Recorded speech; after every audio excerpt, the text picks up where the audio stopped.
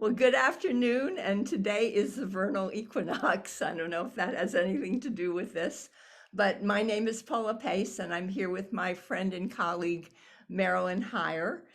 We are members of L.I.N.K. L.I.N.K is an acronym for Linking Indigenous and Non-Indigenous Knowledge, and Marilyn is going to give our land acknowledgement. As inheritors of the first farm, the stolen land, we acknowledge that we on Cape Cod are living on the ancestral, unceded, and occupied land of the Wampanoag Nation. For over 12,000 years, land never owned, never possessed. The people and the land were and are one. We seek ways to heal and repair our relationship with our Wampanoag neighbors through respectful and accountable community actions. We honor the Wampanoag's resilience and ongoing struggle for sovereignty and acknowledgement of the truth. We're grateful for their knowledge and wisdom that value living in balance with all life and protecting our earth for future generations. Thank you. So if you haven't yet seen the film, it will be available through tomorrow. And in this film, we witness the truth of the experience of Native children taken from their homes and put in boarding schools or foster care. And this is documented by the Truth and Reconciliation Commission. So as often said, we cannot heal what has not been acknowledged. Our hope is that the acknowledgement here, painful as it is, can potentially provide a step towards healing. If you find yourself impacted by the conversation today, please do what you need to do to take care of yourself. And then as a reminder, please put questions for the panel into the chat. We have a great panel: Mishy Lesser, Linda Coombs, and gkisedtanamoogk. Their bios are at the Upstander Academy website, which is in the chat. So I'm going to ask the panel, to go ahead and introduce yourselves. Thanks. Take it in alphabetical order, or? No, whatever order you choose. Oh, we start with our elder. Oh, thanks. I'm Linda Coombs, right here, Aquina Wampanoag Tribe. I live in Mashpee, and my museum work, which has been for almost 50 years, I'm getting to the point where I almost hate to admit it, but it's true. So, and over the course of all the work that I've done, I have learned a lot about history and how history has been taught and how it's been received, how it's been acknowledged or not acknowledged. And so the bigger part of my work is to, overcome all of those things and to get the truth of history out there and to make people understand that it's real, because that's the first step in overcoming and other people healing from the effects of this history. Thank you.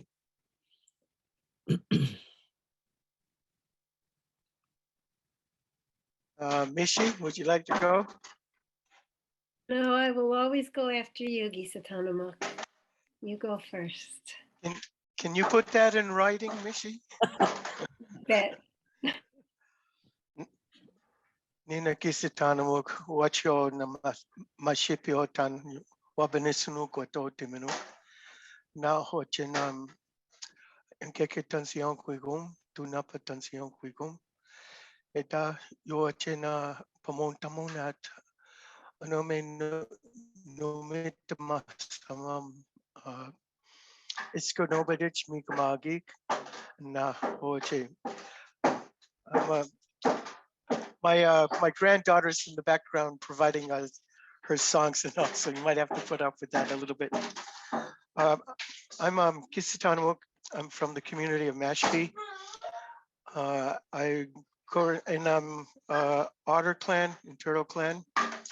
Turtle on my mother's side, Otter on my father's side.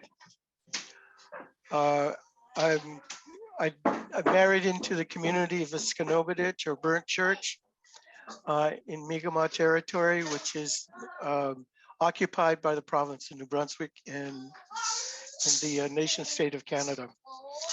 And I've been associated with Mishy since 2016 with the Upstander Academy. And longtime friend and colleague, Linda, it's good to see her here and for her to be part of this. Thank you. Oh, I really appreciate, I think it was Martha and what she had to say in the land acknowledgement. We have a long way to go, but I'm very hopeful and inspired by everybody's presence here. Okay, Mishy. Thanks. Phoebe, can you spotlight the panelists so that we just see them? I don't know a way to do that, but if people put it on speaker view, they will see the person who is speaking, which will be the panelist. So up in the top corner, you have view and you can view gallery or you can view speaker view. And then the person speaking, the panelist, will be the most visible. They'll be big. Okay, thanks. All right, so let's start with the question to the panel. Paula, I'd like to introduce myself if that's Oh, okay. Mishy, I'm so sorry. My apologies. No problem. Good afternoon, folks. Thanks for giving up a gorgeous first day of spring afternoon to be with us. I'm quite impressed that there are so many of you here. I'm speaking to you from my home office in the territory of the Massachusetts tribe, not that far from Wampanoag Nation and Nipmuc Nation. I am co-founder of the Upstander Project, which has been around for about 13 years, merging my skills as an educator with those of my colleague Adam Mazos. He's a documentary filmmaker. And I believe all or most of you have seen at least one of our films. We created the Upstander Academy in 2016 as a direct response to teacher feedback that they wanted a lot more time to go deeply into learning about genocide in the history of this country, as well as in Rwanda. The first documentary that we made actually focuses on Rwanda in the post-genocide era. So anyway, I'm the author of the Dawnland Teacher's Guide, and I'm excited to have this conversation this afternoon with you all. Thank you. Okay, so I would like to start with a question to the panelists. In your view, why is Dawnland important? Why does it matter to you to have this film out in the world?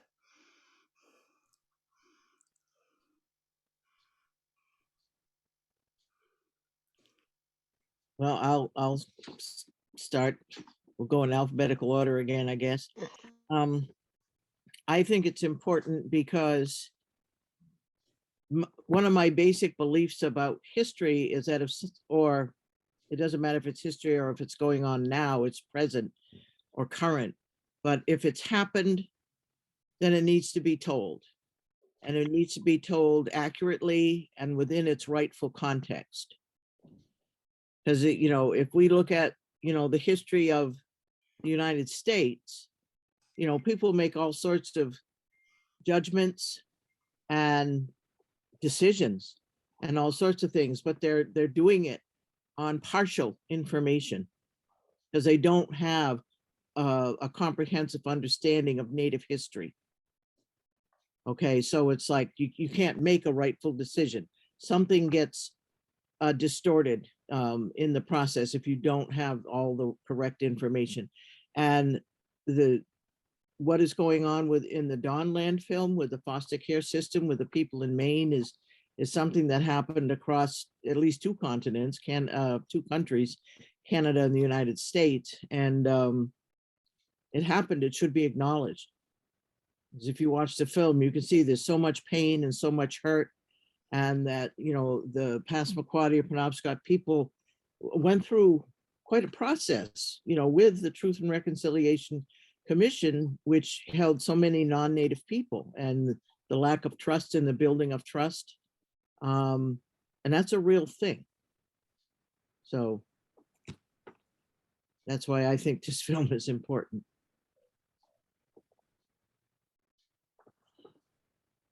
I guess according to alphabetical order, I'm next. I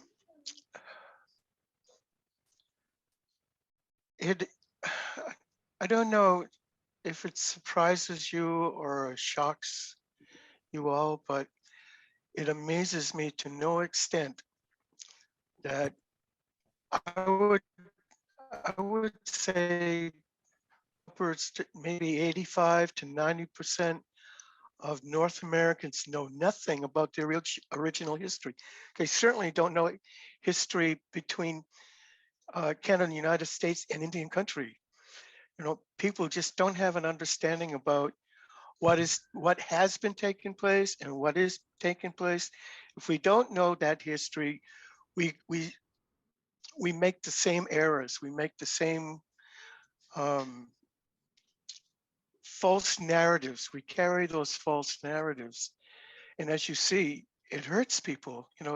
Our communities are suffering to an extent that we can't even begin to imagine. And that's not just with this generation, it's carried through many generations. I think of King Philip's War. How long ago has that been?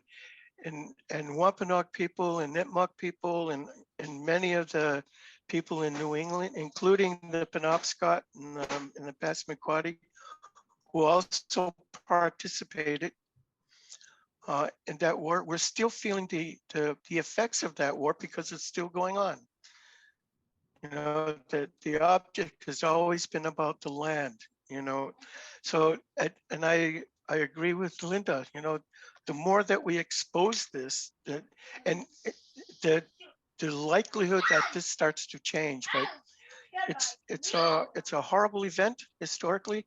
It's a horrid situation that's going on right now. And the reality is we can all do something about it. That we're all here at this time in this space, and we need to do things. We need to work on this. And I'll just say one other point is after so long, since Columbus, we still haven't addressed the question of how are we going to live here together. We haven't come to that. We've created possibilities in the form of treaties recognizing a formal relationship to each other, and yet the government, and even though these treaties are embedded in the national constitutions of Canada and the United States, they're ignored, they're dishonored, they're not valued. And there's a link between that process and how Indian country is not valued. So we have a lot of work to do. But let's do it, and let's do it with inspiration and a great deal of love. Mishy? Thank you, gkisedtanamoogk and Linda. I have a lot to say in response to this question. Dawnland's journey as a film has been rather remarkable. The fact that in the year 2022, we are gathered having this conversation, and that my calendar is full of similar convenings and events organized by libraries, by K through 12 schools, as well as colleges and universities. The interest in this film has actually not diminished. It is growing. And I see that, as Tanamoogk was referring to, this notion that there are unanswered questions that we need to come together to sit with and to address. It seems as though more people are having that disturbance in their hearts over these issues. And one of the things that most impresses me is the different groups that come forward wanting to interrogate this film and the history it reveals. We have lawyers and judges recently expressing interest in this film.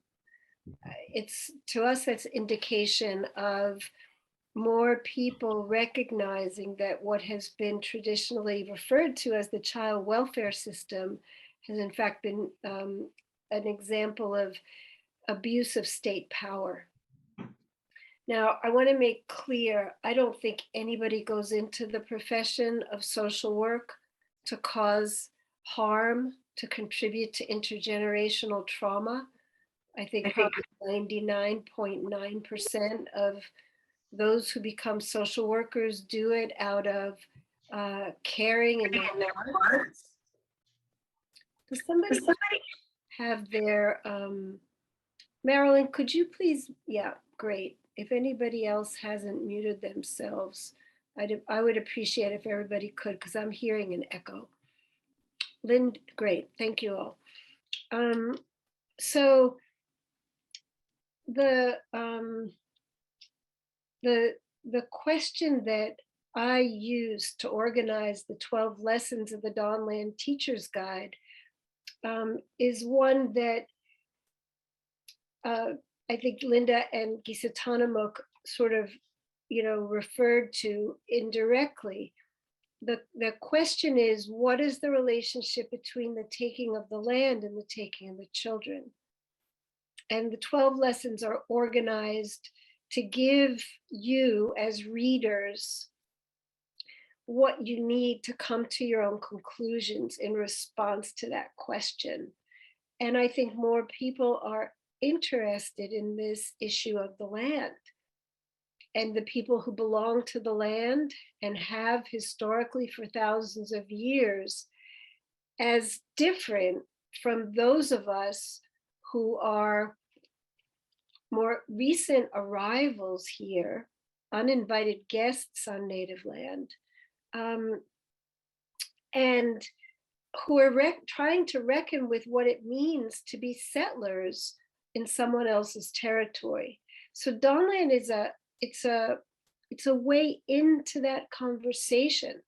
And it's also a way into the conversation of what is genocide. I think a lot of non-native folks have a hard time acknowledging that genocide is not in the past, it's also in the present. So, one of the things we do in our teaching is we try to unpack some of the different definitions of genocide. There are like 23 of them. But to be able to have a reasonable conversation, we generally ground ourselves in the UN Convention on the Prevention and Punishment of the Crime of Genocide. And if you look at Article 2 of that convention, which was, it was passed in 1948 by the newly founded the United Nations, although it was not ratified until the United States Senate eviscerated it and ratified it in 1988, pretty much rendering it a document that cannot be used to interrogate and adjudicate the actions of the United States regarding genocide. So that's just a little sidebar that I couldn't help but, share. But if you look at Article 2 of the UN Convention and you scroll down to the 5th of the 5 clauses, it says that one of the means of genocide is defined by the forcible taking of children from one group to another group. Well, that's what Dawnland is about. And so what that means, and you may recall the end of the film, this is still happening. This is not a story of the past. And it's still happening in many spaces in the place we call the United States. And this idea of taking long history, it goes back to the first European invaders in the 1600s on this continent. And you all are, most of you, I assume, are coastal people. You're living in what we now refer to as Cape Cod. When French fishermen arrived not far from where gkisedtanamoogk and his family live in what's now referred to as the Canadian Maritimes, they kidnapped young Indigenous men.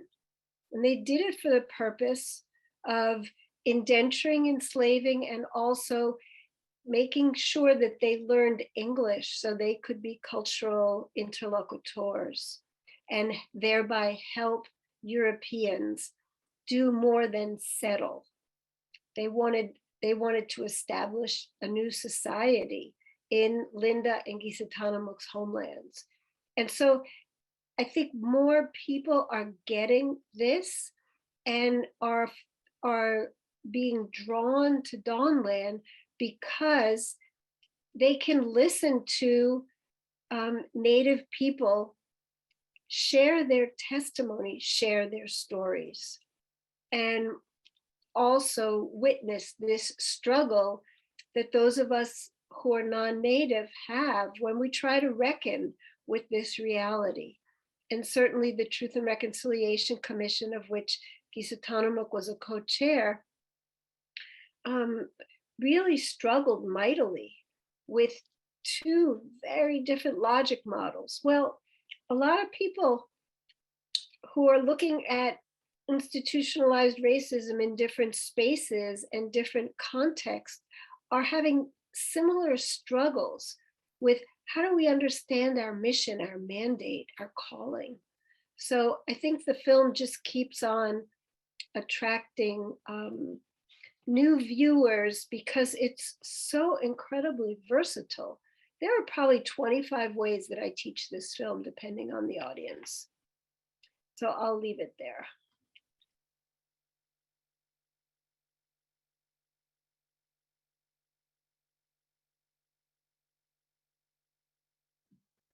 Marilyn, you're on mute.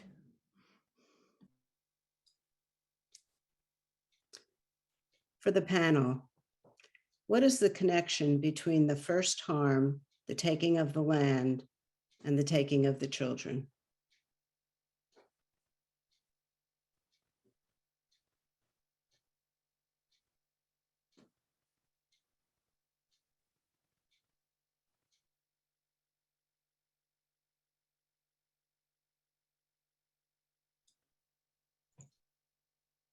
Well, maybe I'll share some ideas about that. It's an obvious link.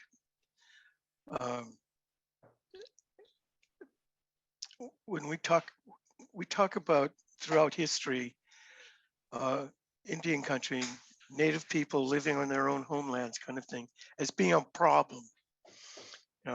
It's a problem because settlers are coming in, they want the land, and we're in the way. That's always been the undertow of American history and expanding from the initial discovery, the initial exploration, the initial settlement, and then moving right across the land. It's a pattern kind of thing.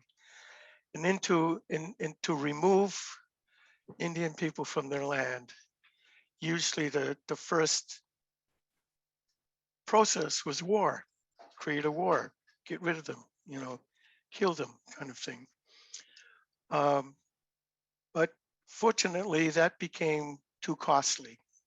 It's starting to hurt the budgets and the money scenarios, the economy scenarios.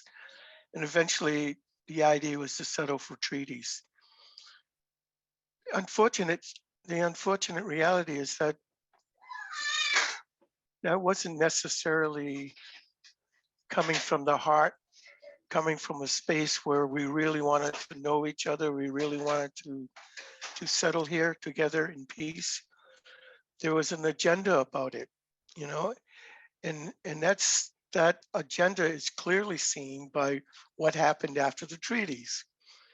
For Indian country, we've been making treaties with each other long before we even knew that there were another people across the Great Water. That's how confederacies began. You know, we look at the United Nations, for instance, as a global confederacy. Many different nations coming together under one longhouse and coming together voluntarily. The Wabanaki Confederacy, the Wampanoag Federation, the Haudenosaunee Confederacy, right down through South America. By the time Columbus arrives here, and there was a book about that by Charles Mann, 1491 it's called.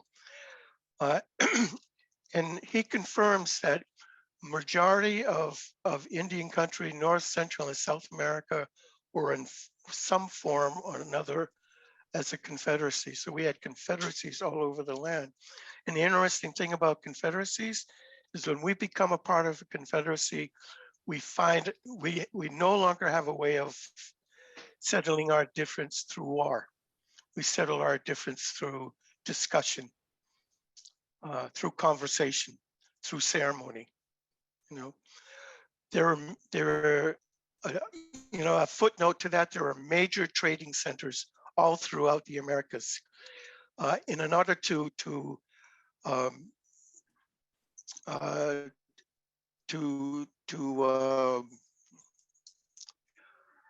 participate in a trading center, I think of one called Cahokia, just outside of St. Louis, Missouri now, housed 40,000 people at the time. This was way before 1491. And in order to participate in a trading center, you can't be at war. It doesn't work that way, you know. So the reality is that the fundamental process of creating relationships, and what treaties in our sense was not about some political, some legal maneuvering kind of thing. It was all about establishing relationships. We look at it establishing families, a familial relationship with each other. So, you know, to sum that up, our experience at making these treaties, and I think a really important aspect of making these treaties is we brought the sacred into it. What I mean by that is that we already have a relationship with the earth, with creation, with the source of life. You know, that in a sense could be a treaty, an agreement that this is how we're going to live out of respect for other life, not just our human life. And so we brought the sacred into these. For Wampanoag people and people east of the Mississippi, it seems, we based those agreements and those relationships on wampum belts. And you've known something about wampum and the use of wampum. West of the Mississippi, they didn't have access to the ocean and to the raw source, but they did have a way of bringing the sacred into these treaties, into these agreements, and that was with the sacred pipe. So whether it was wampum or the sacred pipe, we brought the sacred into this. And that's the process that we encouraged with founding new relationships to the newcomers that are coming, settling into our territories. That our relationship was going to be held as a family, as a relationship that could be trusting. You know, for us, that is the link. When we start to, United States has entered into something like 800 treaties with Indian country. I've not kept one, still to this day, but those treaties are embedded in the Constitution. The Constitution of both Canada and the United States is the supreme law of the land. So when we're making agreements and legislations and law, and we expect those agreements and legislation and law to include our relationship with Indian peoples who have treaties, and you can't have treaties and being a citizen at the same time. So when those 800 treaties are being upheld, being held up by Indian peoples, you know, and the federal governments are not abiding by those treaties, then we have a conflict, you know, and that conflict takes into many forms, and a lot of it is violent. There's violence happening right now as we speak in many sectors, many areas of the United States and Canada, because of the failure of recognizing the fuller intent of the law, you know. And as Mishy said, I can go on and I taught 10 years at the University of Maine, and I talked about these kinds of things, and I could talk for a whole semester on these. But there is an obvious link with the children. The children are the last undertow of this manifested hurt against Indigenous nations and Indian people. We've experienced intentional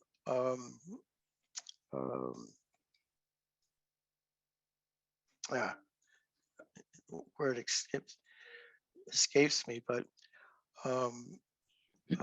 every one of those 5 elements of what defines genocide, the United States and Canada is violate every one of those, you know. Make it preventing births. It's a really key one. Anyways, I'll end there, get off my soapbox here. Can hear me, right?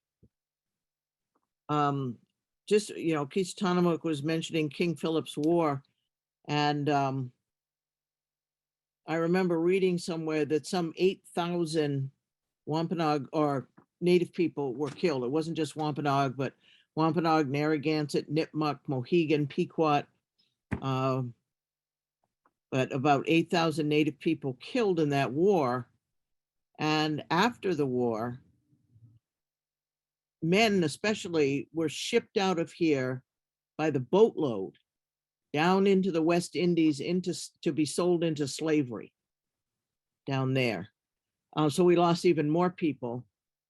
And that came on top of a plague that swept through this area in 1616, between 1616 and 18, that, as far as the Wampanoag were concerned, wiped out some 75 to 90% of our entire population. And at that time, we had 69 villages with an average of 1,000 people per village. So if we round that off to 70,000, we lost 56,000 out of 70. Even, you know, this is 50 years before King Philip's War. So we were, you know, at a slight disadvantage, I would say, going into the war. And as gkisedtanamoogk was talking, I was thinking about a book called Indian Converts, which was written by a man named Experience Mayhew in 1727. And he was the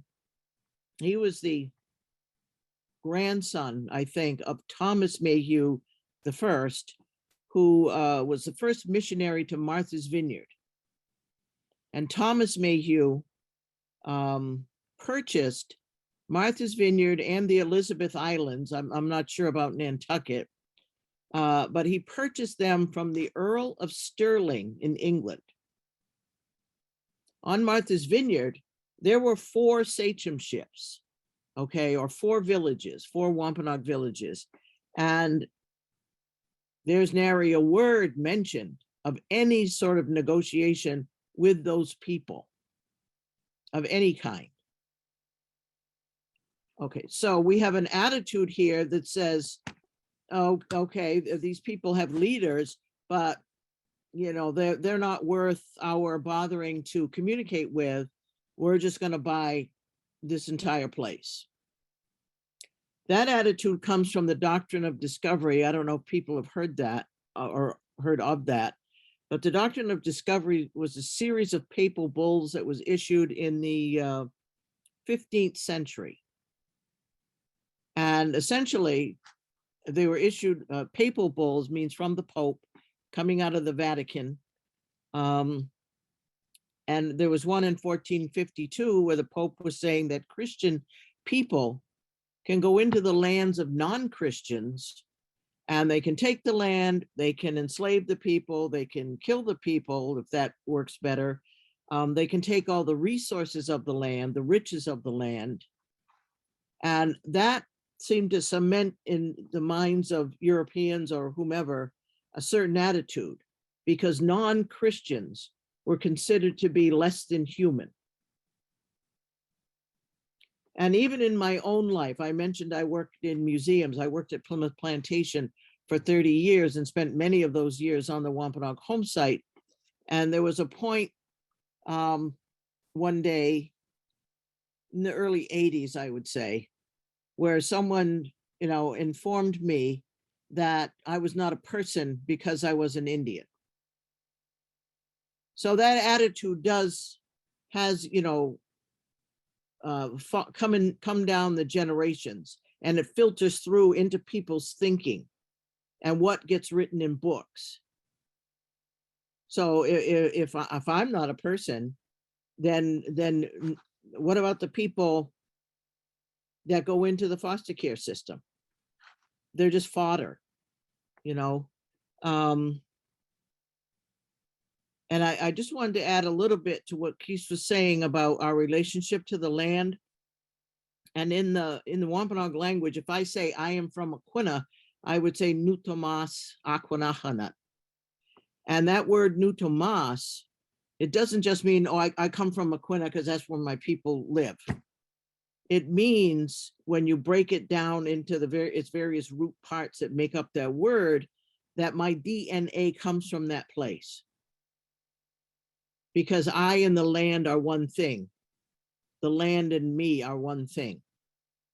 Okay. And if we say, refer to like my land, the word for land is L.I.N.K. And if I want to say my land, the pronoun is neen. So when you attach that to another word, it becomes nataki, but I can't say that either. It's natakim with an M on the end. And that M suffix tells you that I cannot be separated from my land. That was in our language, which is thousands and thousands and thousands of years old. It was just the way that we were and are. And I do a workshop on colonization, and I call it Falling Off My Feet. I don't know if you've seen the film We Still Live Here, which is about the founding of the Wampanoag Language Reclamation Project. But in the film, Jessie Little Doe Baird explains how to be separated from the earth is like falling off our feet. We're off balance. We're out of kilter. We're not situated right. So those are, very important concepts to consider, when you think about removing Native people in any form or fashion from the land that they originate from. And I'll shut up now and let Mishy have a turn. Thank you, Linda. Thank you, gkisedtanamoogk. All I'll add is that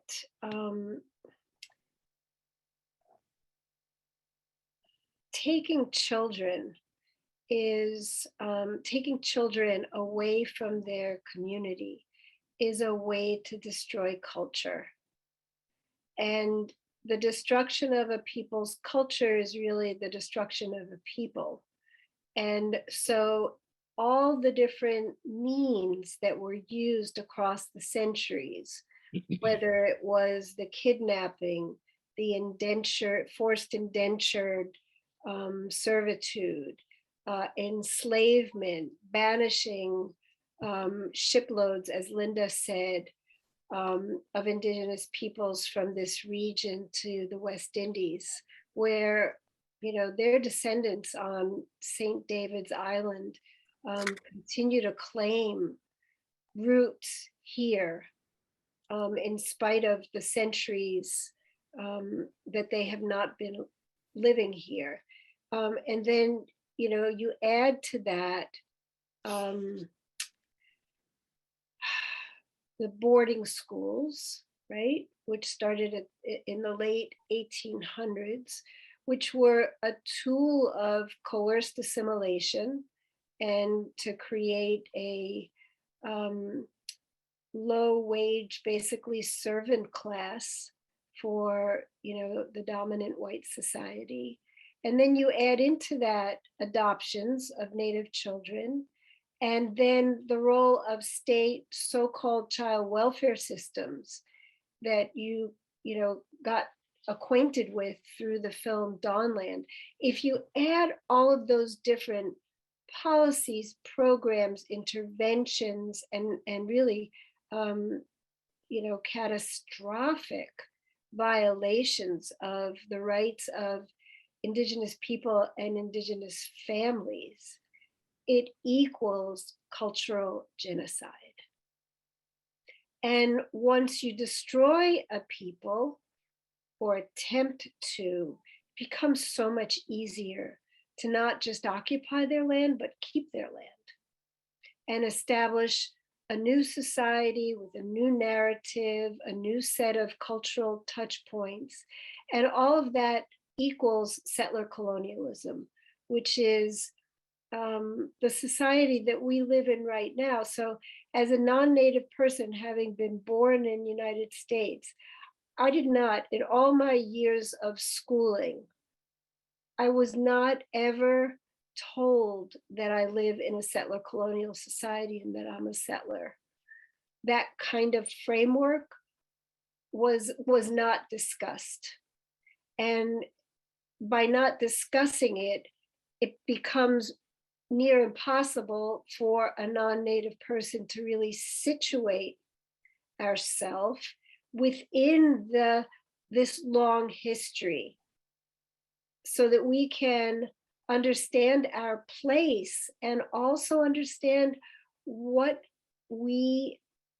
benefits we have reaped from this long history and what responsibilities come to us. So even though my ancestors came here, fairly recently, like within the last 110, 120 years, I'm married to someone whose family came over 400 years ago. And I reap all the benefits from, having deep settler roots to this land. And by not acknowledging that, I cannot become, as gkisedtanamoogk so eloquently and I think prophetically says in Dawnland, I cannot even understand what it would mean to become a neighbor with legitimacy to the original peoples of this land. I wouldn't even know that that is something to which I should aspire or could aspire, let alone know how to take steps to get there. So, I'll just wrap it up by saying Raphael Lemkin, the Polish Jew who invented the word genocide, after Witten, he was alive when the Armenian genocide happened. And of course, it wasn't called genocide when that occurred. But he made it his life's work to come up with a word and then turn it into the foundation for an international law to prosecute those who organized the extermination of another people. And when the UN started in Queens, New York in 1946, before moving to the UN headquarters in Manhattan, he struggled mightily to get the language of cultural genocide included in what he thought would be a declaration from this newly founded, as gkisedtanamoogk said, it's a confederation of nations. And to his surprise and his delight, the UN, and it's, this was the first crop of delegates designated by their countries. They went way beyond a declaration and they actually hammered out agreements in a convention on preventing and punishing the crime of genocide. He wanted the terminology of cultural genocide to be included. And guess which countries opposed and blocked it?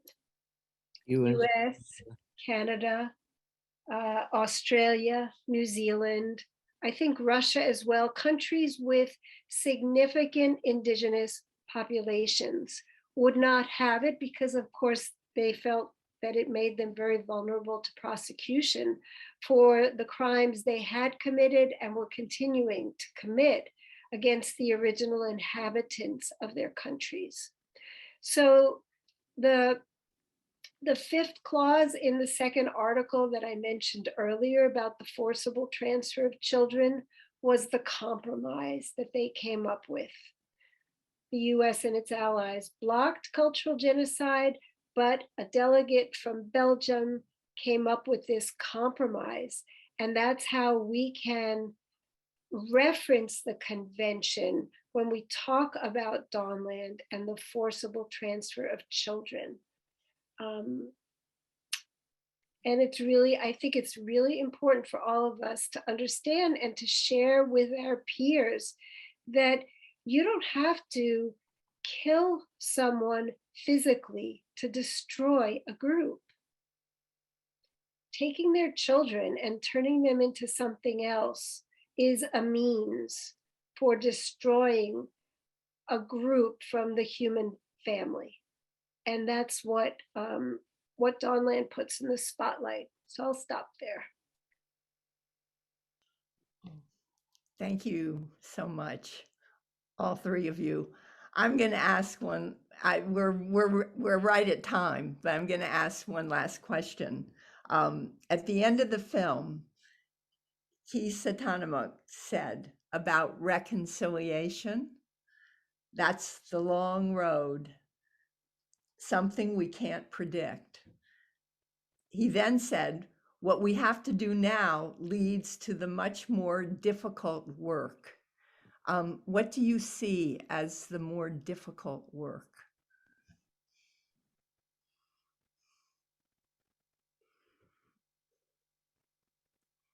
Just acknowledging what has happened and what continues to happen.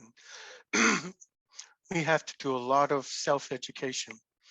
You know, we shouldn't really have to rely on books and on documentaries. I think we already know in our hearts, every one of us know in our hearts that there's something not right going on in our midst. We know that not everybody is treated well. We know that not everybody's treated equally. We know there are gender scenarios that are going on here. We know that there's a lot of deceit that's going on in government relations, particularly when we're working with Indian nations here. We know a whole lot of things about ourselves that we choose not to pay attention to. And when it comes to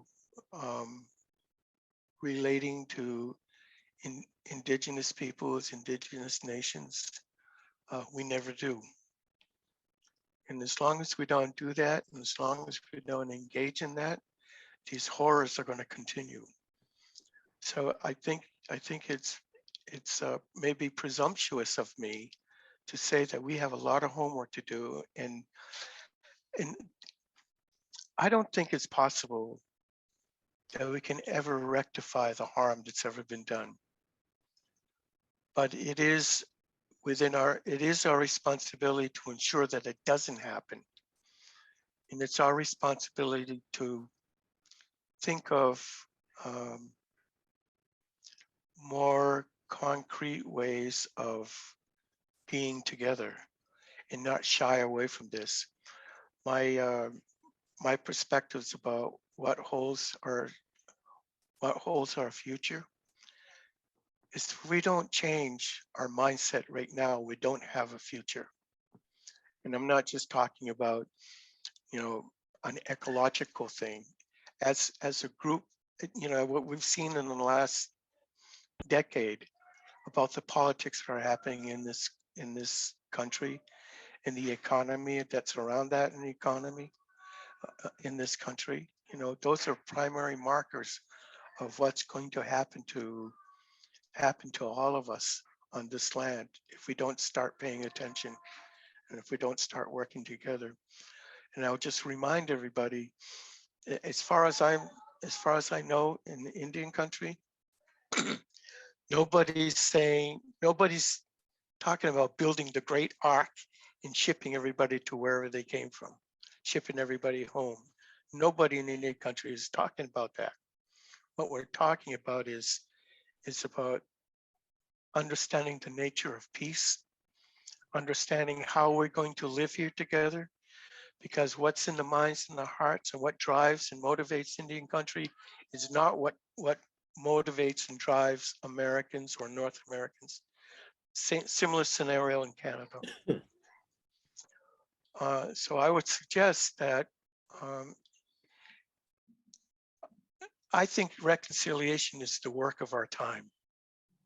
This calls us to think differently and to live differently.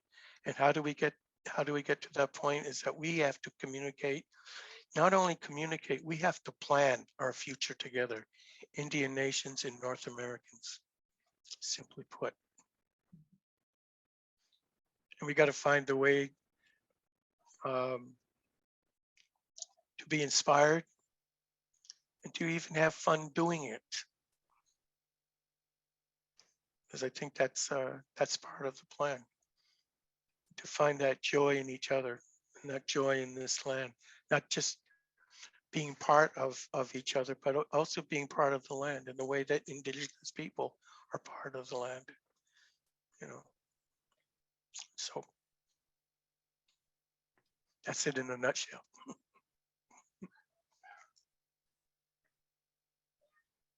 Linda, do you want to speak to that? I just wanted to add one thing that I forgot to mention when I was speaking earlier. When I mentioned the book Indian Converts, should anyone want to purchase it, look for the edition by Laura Ann Liebman, Leibman. She has an extensive some extensive introductory material where she discusses Wampanoag and other children from Southern New England tribes being taken from their homes in the mid 17th century, by the mid 17th century. And they were removed from their homes because Indian people were not seen as being fit to raise children, which, if you stop and think about it, is ridiculous because it kind of worked for 15,000 or so years before the English got here. But they also were indenturing the children. So, you know, children were not, you know, I want to say that process started here. And as it went west and went north and encountered other tribes in those areas, it just got bigger and better until it turned into the boarding school system. And then when that closed down, then into the foster care system. So it is an ongoing thing. And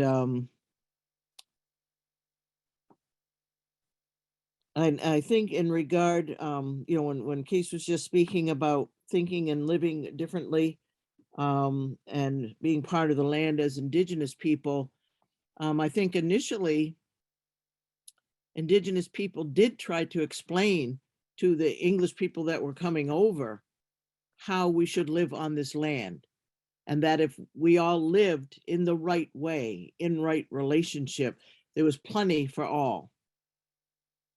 But the English disregarded us because they already had this doctrine of discovery, non-Christians aren't human business going on in their minds. And, you know, they were here for profit. A colony is a profit-making business venture. Okay. But we've come to the point, as Keith said, where we have to begin to think about being Indigenous to the place that we're at. because then we can love that land and respect it. And it's not seen as something separate from our own self. It's part of us. And you have that innate knowledge then of what it means to destroy it, and you don't destroy it.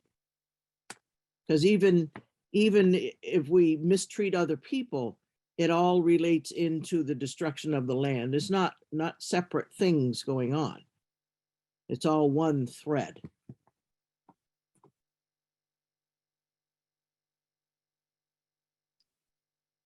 Thank you, Linda. You asked the question, what do we see as the more difficult work that lies ahead? And if I had to choose one word, it's kind of a compound, but I would say it's the word of unerasure. So if settler colonialism is another descriptor that we can use for the United States of America, one of its missions is to erase Indigenous peoples from the present, at best relegate them to the past, and by creating a new narrative about a new society,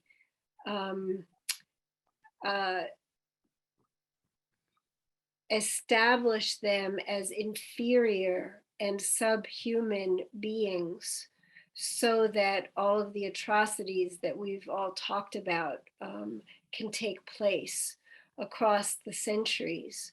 Well, unerasure is the series of actions that undo that damage. And I agree with gkisedtanamoogk. We can't recover what was lost, but we have to figure out how to listen and learn and unlearn the false narratives that those of us who are non-native grew up with. Settler colonialism's fingerprints are so pervasive. They're in every textbook, every article, pretty much. They're inside our heads, they're inside our mental models. They're inside the perceptions that we have and how we interpret the reality that surrounds us. And we have to, those of us who are non-native, we have to take seriously the importance of unlearning the false narratives and then taking action to become practitioners of unerasure. So I'll give you an example.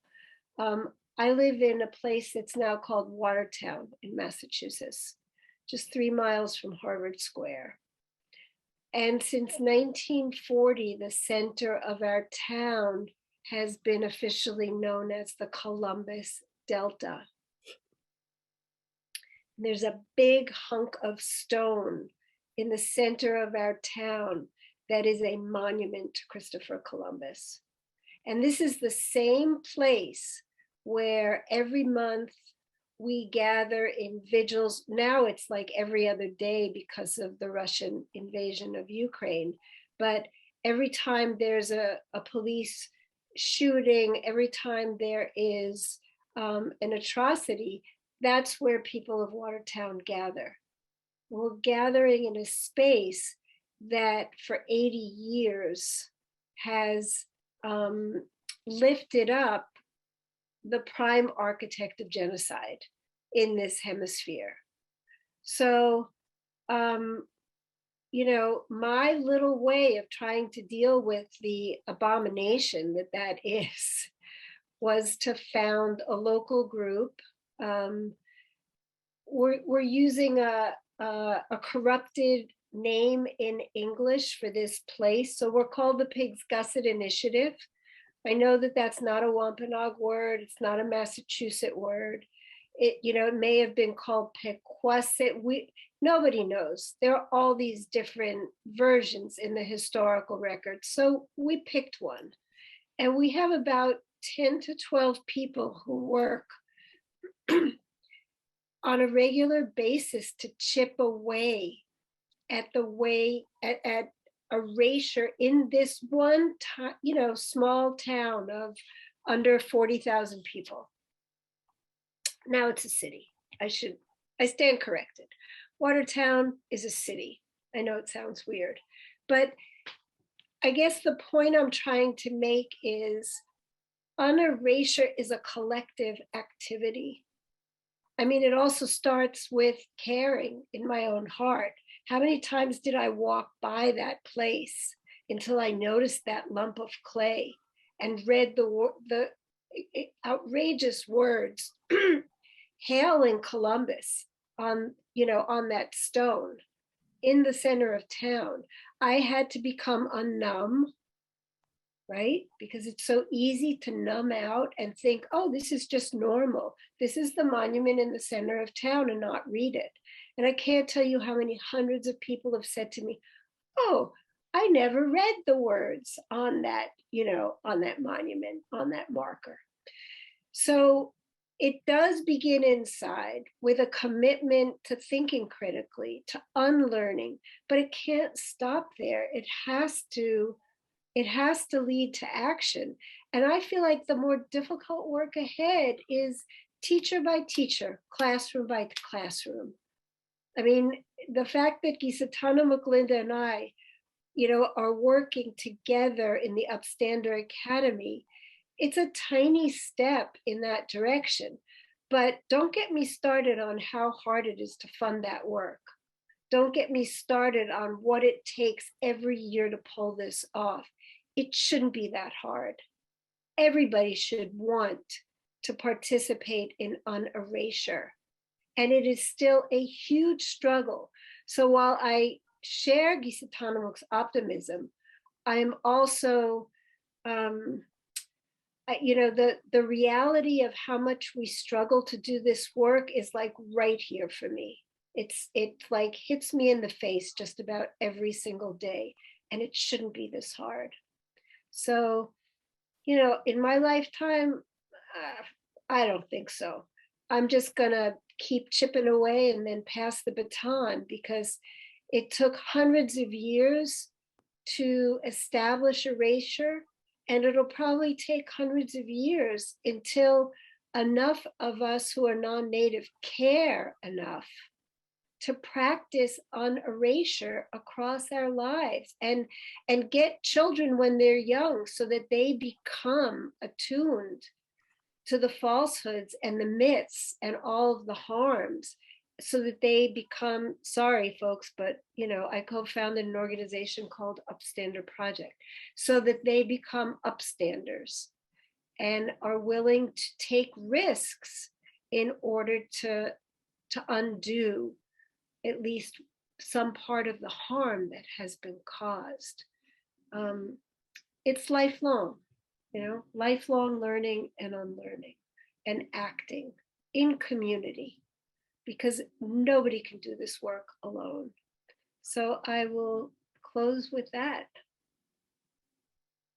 Thank you so much. Thank you to all three of you. This has been such a rich conversation. I'm just like, we had a whole lot of questions and you answered them.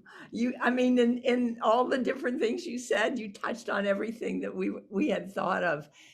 Thank you so much. And thanks everybody for coming to this. And it's just been a wonderful opportunity to hear from people who really know and have lived the truth. And I think for all of us who are inspired by it, it will move us.